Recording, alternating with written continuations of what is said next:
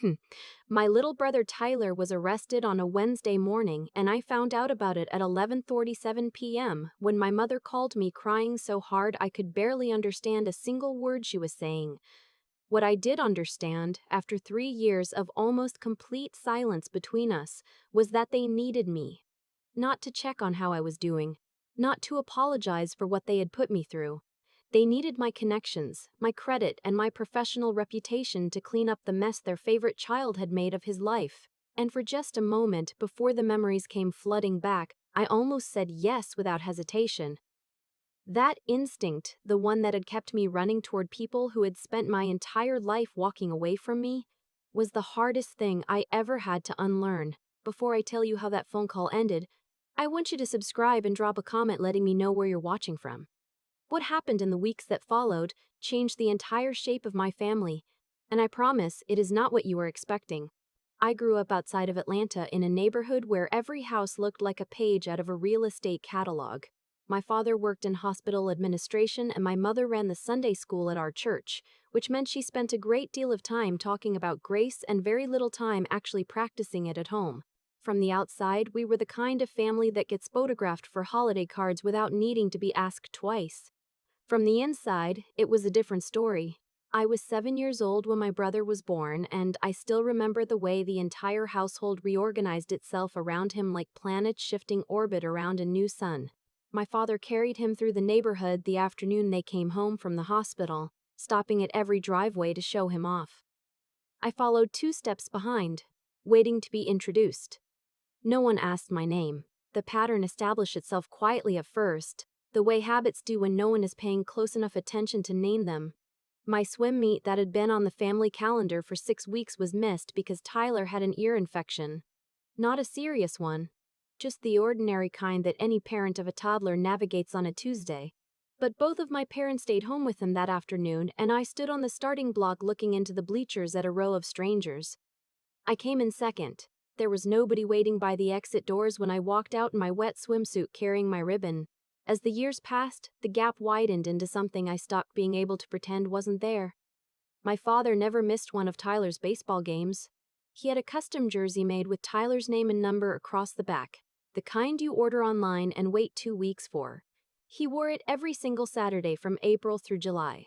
When I placed first in the regional science competition the spring I turned 12, my mother told me she was proud and then asked me to please set the table for dinner because Tyler's friends were coming over and she still had to make the dip. I learned to be self-sufficient the way you learn to swim when someone drops you in the deep end and walks away. I babysat neighbors' kids every weekend from the time I was 13 to pay for my own school supplies. I printed my own permission slips and signed my mother's name on the signature line because asking her meant competing with whatever Tyler needed that particular afternoon. I stayed up until 1 in the morning finishing projects alone while she sat at the kitchen table helping him with homework he had left until the last minute. When I was 15, I qualified for a statewide mathematics competition that required traveling to Savannah for a weekend tournament. I had been preparing for 4 months. I knew going in that my parents would not come, so I had already arranged to ride with my teacher's carpool. What I had not anticipated was that my mother would forget to tell anyone she had signed a permission slip I never received, which meant I almost could not go at all. I solved the problem myself, found the right forms, made the right calls, and went alone. I placed third out of 200 students from across the state. My certificate hung on my bedroom wall for 2 years before I realized no one had ever noticed it was there.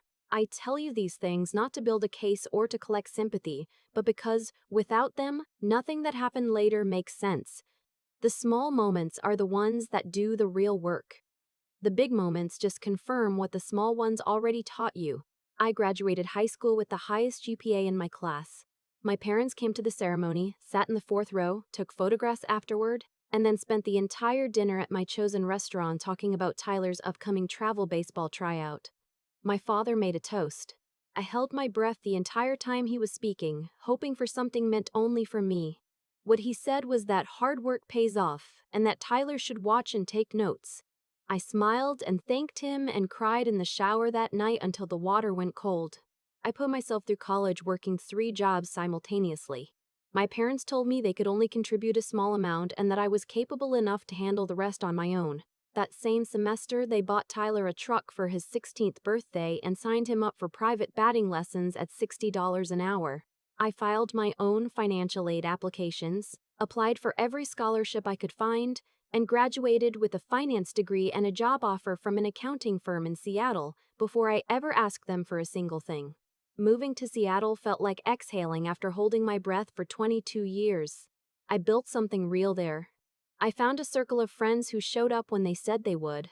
I got promoted twice in 3 years, earned my CPA license on the first attempt, and eventually moved into a clean one-bedroom apartment with big windows and a view of the water that I paid for entirely by myself. I called home on Sundays. I sent cards on birthdays. I showed up at Christmas carrying gifts I had put real thought into, sat at the table, and smiled through conversations that always, without exception, orbited around Tyler. He had tried college twice by then and dropped out both times. My parents paid his tuition on both attempts, bought him a car for the commute the second time around, and hired tutors when the coursework proved too demanding. When he decided college wasn't for him, my father nodded as though this were wisdom and helped him launch a landscaping business that lasted 8 months before Tyler grew bored with early mornings. After that came a mobile detailing service, then a partnership and a food truck that dissolved inside of a year. Each failure was absorbed by my parents without judgment and financed for the next attempt. I said nothing. I had grown so practiced at saying nothing that the silence had become structural, load-bearing. Remove it and the whole careful architecture of family holidays and Sunday phone calls would collapse into something nobody wanted to deal with before the turkey was carved. Then came the winter that rearranged everything. I was 27, 14 months into a relationship with a man named David who worked in environmental consulting and made me laugh in a way I hadn't experienced before. Life had a shape I was proud of. And then, on a wet November night, a driver ran a red light and hit the driver's side of my car at 40 miles an hour. I woke up in the hospital with a fractured collarbone, 3 cracked ribs, a concussion, and a bill that my insurance only partially covered after my deductible. The medical costs were manageable on their own, but the timing compounded everything. My firm had announced a restructuring 2 weeks earlier, and my position was eliminated while I was still in a hospital bed. I went from stable and climbing to suddenly, terrifyingly uncertain inside of 10 days. I called my father from the hospital. I did not ask for much.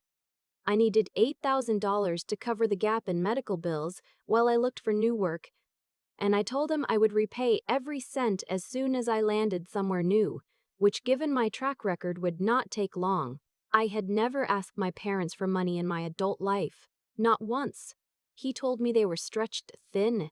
He said I was resourceful and that I had always figured things out on my own and that he was sure this would be no different. He said he was sorry about the accident and that he hoped I felt better soon. Then he got off the phone. 3 weeks later, my cousin mentioned in passing that my parents had just wired Tyler $25,000 to buy into a business venture with a friend of his, who had a plan involving some kind of online resale operation. She mentioned it the way you mention the weather, casually, as though it were common knowledge, as though the number itself were unremarkable. I sat with my phone in my lap after the call ended and felt something shift inside me that I don't think ever fully shifted back. The months that followed were the loneliest of my adult life. I healed from the accident slowly, applied to dozens of positions, stretched my savings in ways that required skipping meals and canceling every subscription I had. David was kind and steady throughout all of it, but there is a particular kind of ache that comes from needing a parent and having to settle for everyone else. I had spent my whole life earning independence I never asked for. And now I was drowning in it with nobody to throw me a rope. My mother called during that period twice. Both times, the conversation turned to Tyler within the first 5 minutes. He was thinking about pivoting the resale operation. He was considering going back to school for something practical this time. She was hopeful. I said that sounded nice and got off the phone and stared at the wall of my apartment for a long time after. When Christmas came, I told them I couldn't travel. I spent it with David's family instead. People who asked me questions and listened to the answers, who laughed loudly at dinner and stayed at the table long after the dishes were cleared. I called home on Christmas morning and spoke to my parents for 11 minutes. My mother had sent me a gift card. Tyler had received a new laptop and a cash envelope and a promise that they would help him however they could in the new year. By the time I found a new position at a mid-size financial consulting firm in Seattle, I had quietly made a decision. Not a dramatic one, not the kind that involves a speech or a confrontation. I simply stopped trying. I stopped asking to be seen. I sent cards on birthdays, answered calls on major holidays, and offered nothing personal in return. I had learned after 28 years that some doors don't open from the outside no matter how many times you knock. I met a therapist named Dr. Anita Rosman through a colleague at my new firm, and I started seeing her every other Thursday. She had a direct, unhurried quality that I responded to immediately. She didn't try to make things prettier than they were. In our sessions, I started naming things I'd spent my whole life carefully not naming. The piano recital, the science competition, the phone call from the hospital, the $25,000. You have been performing competence to survive, she told me once. There's a difference between being capable and being required to be capable because no safety net was ever offered to you. That distinction undid something in me that I hadn't realized was still tied.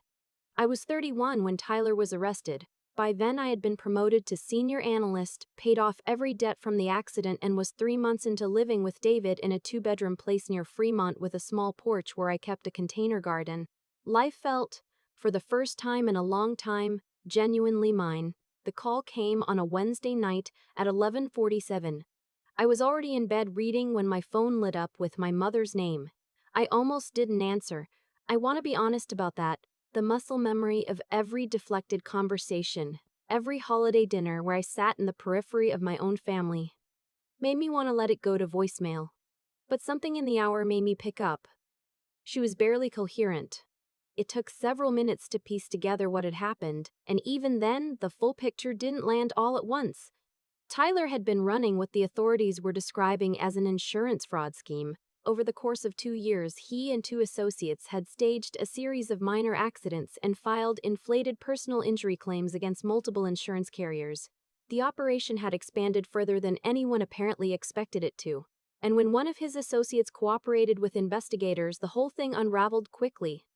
Tyler was facing federal charges. My parents had used their home equity to cover his bail. They had hired a local attorney whose experience, as far as I could gather, was primarily in DUI cases, and they were calling me because I worked in finance and had professional contacts, and surely I knew people who could help.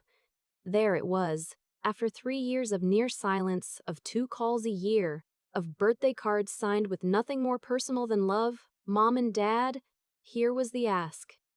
Not a question about whether I had healed from the accident, not an acknowledgement of the money they had refused me, just need enormous and unqualified, directed at me like a flashlight in a dark room. I sat up in bed. David stirred beside me, looked at my face, and quietly got up to give me the room. My mother kept saying Tyler could go to prison. She kept saying they didn't know what to do.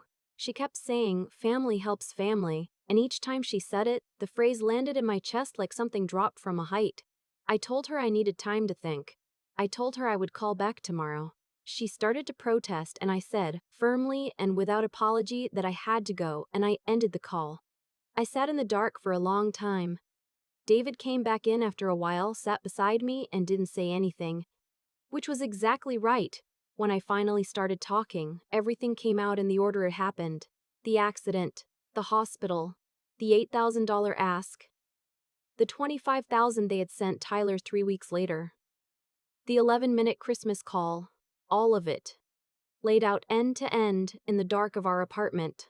When I finished, David said something that I have thought about many times since. He said, "You are allowed to help them without erasing what they did. You are also allowed to have terms." I didn't sleep much. By morning, I had an idea of what I wanted to do, though it scared me enough that I called Dr. Rosman before I called my parents back. We spoke for 45 minutes. She helped me clarify the difference between helping from obligation and helping from choice. She helped me understand that I could extend something real without pretending the past 3 years or the 28 before them had not happened. That afternoon, I called my father back. My mother picked up instead, and I asked her to put my father on as well, so I could say this once to both of them. "I am willing to help," I said. But I need to be clear about what that looks like. My father's voice was guarded. He asked what I meant. I told them I could review Tyler's situation and connect them with 2 attorneys I trusted who had federal defense experience, which was far beyond what his current lawyer could offer. I told them I would consult informally throughout the process because I understood the financial dimensions of what he was facing. What I would not do was write any checks, co-sign anything, or ask anyone at my firm to extend professional courtesy to a case that involved federal fraud charges.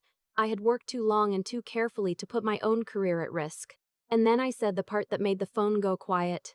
I also need something from you. Both of you.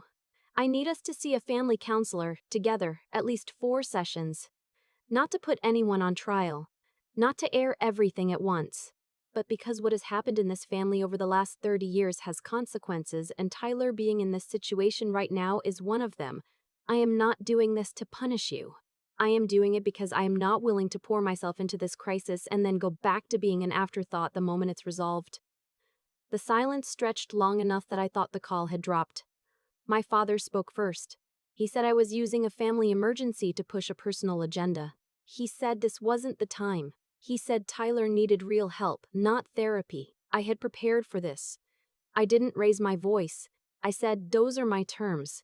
You can take time to think about it, and I understand if the answer is no. But the answer being no means you find another way to navigate this, and I support you doing that. I just won't be available to help outside of what I've described. My mother started crying. She said she didn't understand why I was making things harder. She said they loved me. She said, of course they loved me. I said, I know you believe that, and I hope we can get to a place where I believe it too. That's what the counseling is for. I told them to take a few days. I told them I wasn't going anywhere. I ended the call, sat down on the kitchen floor with my back against the cabinet, and cried for about 10 minutes, which felt necessary and overdue. 5 days passed. I went to work. I ran along the waterfront in the mornings. I had dinner with David and told him what I was feeling when he asked. I did not call them. I had said what I needed to say, and I meant it, and the only way to mean it was to let the silence hold. On day 6, my mother called. She said they had talked. She said they would do the counseling. Her voice was small and tired and stripped of the careful polish it usually carried. She sounded, for the first time in my memory, her actual age. I said, okay, I'll find someone in Atlanta who does family work and can do video sessions so I can join from here. Give me a few days to set it up. I flew to Atlanta 3 weeks later for the first in-person session. Dr. Marcus Webb had been recommended by Dr. Rosman, and when I walked into his office on a Thursday morning, I found my parents already seated on opposite ends of a gray couch. My father with his arms crossed and my mother turning her wedding ring over and over on her finger. Tyler was not there. His attorney had advised against it until the legal situation was more settled, and honestly, that felt like a relief. This first piece needed to be between the 3 of us. Dr. Webb was quiet and precise in a way that established authority without requiring volume. He asked each of us to describe the family in 3 words. My mother said, loving, close, and loyal. My father said, stable, supportive, and proud. I said, complicated, lopsided, and survivable. The sessions that followed were not easy. My father resisted more than my mother did in the beginning. He had spent 30 years believing he was a good father because he had provided financially and been physically present for most of the major milestones. The idea that presence without attunement was its own kind of absence was something he had to approach slowly from the edges. The moment that cracked things open came during our 3rd session. Dr. Webb had asked me to walk through a single year in my life and describe what emotional support looked like from my parents compared to what Tyler received during the same period. I chose the year of my accident.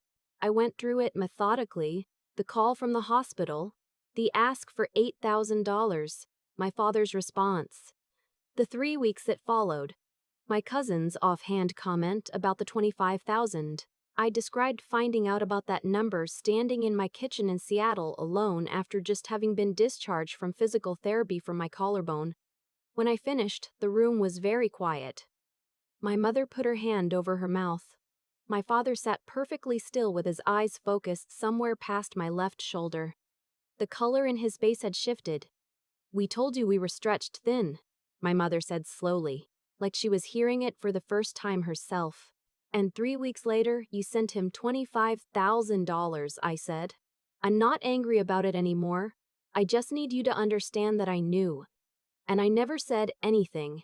And that was the moment I stopped expecting anything." My mother began to cry in the way she rarely did, not the performative tears that had punctuated hard conversations my whole life, but something quieter and more private. My father cleared his throat several times. Dr. Webb let the silence do its work. Eventually, my father said, his voice low and unsteady, "I don't have a good explanation for that. I've been trying to find one for the last 20 minutes and I don't have one." That was enough. Not everything, not a resolution, not 30 years of disparity erased in one sentence, but it was the first honest thing he had said to me in longer than I could remember, and it was somewhere to start. Tyler's legal process moved slowly through the spring. The attorneys I had connected my parents with were able to get one of the federal charges reduced significantly in exchange for Tyler's cooperation with a broader investigation into insurance fraud networks in the Southeast.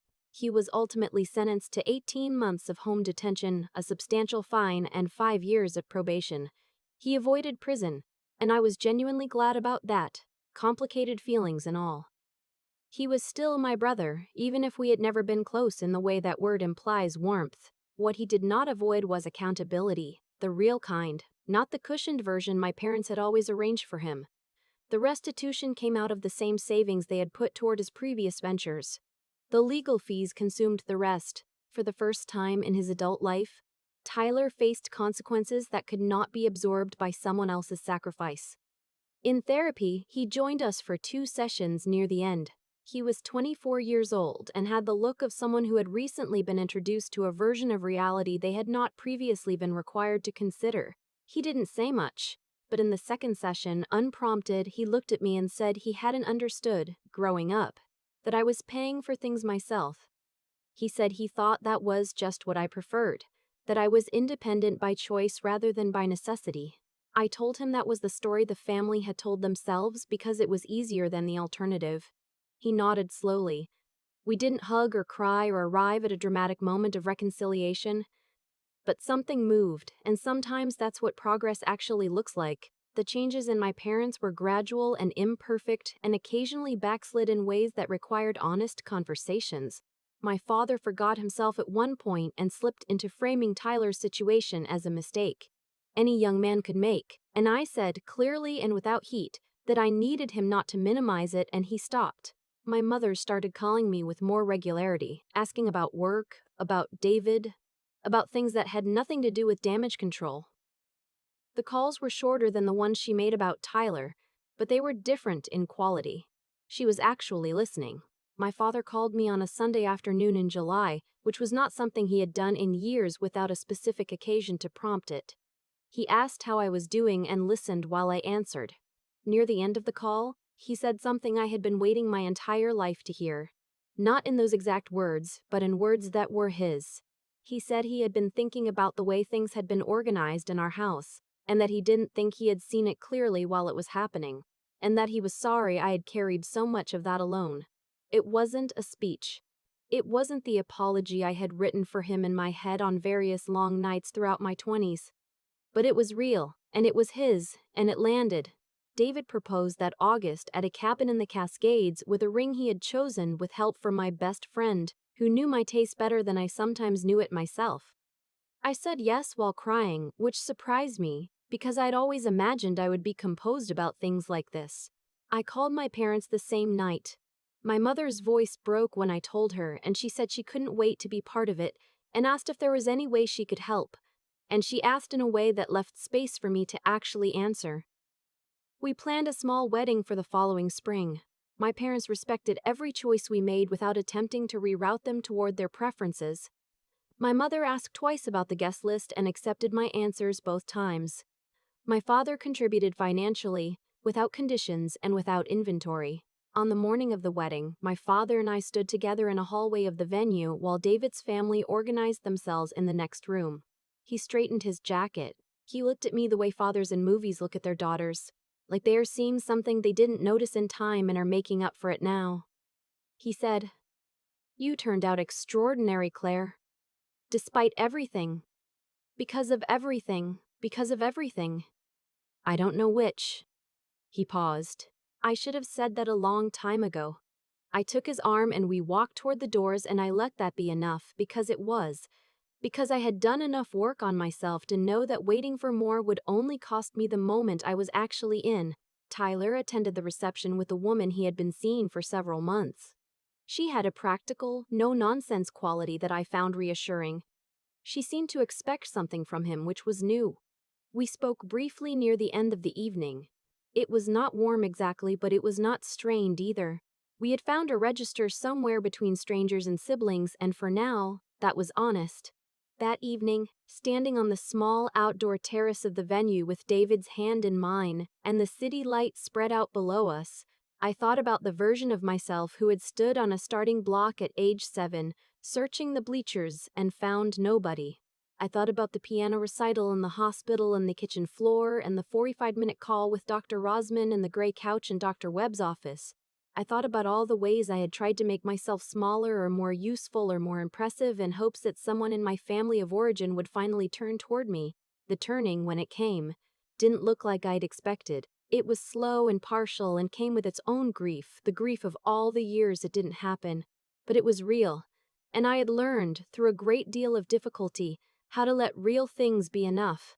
If you grew up in a family where love came with conditions you couldn't meet, where someone else's needs always moved to the front of the line ahead of yours, I want you to know that the story doesn't have to end there. The boundaries you place are not punishment. They are the shape of what you are willing to carry and what you are not. And sometimes, when you hold them long enough without flinching, the people who should have loved you better start to understand what they almost lost. If that resonates with you, share your story in the comments. I read every single one. Subscribe if you want to stay with me through whatever comes next.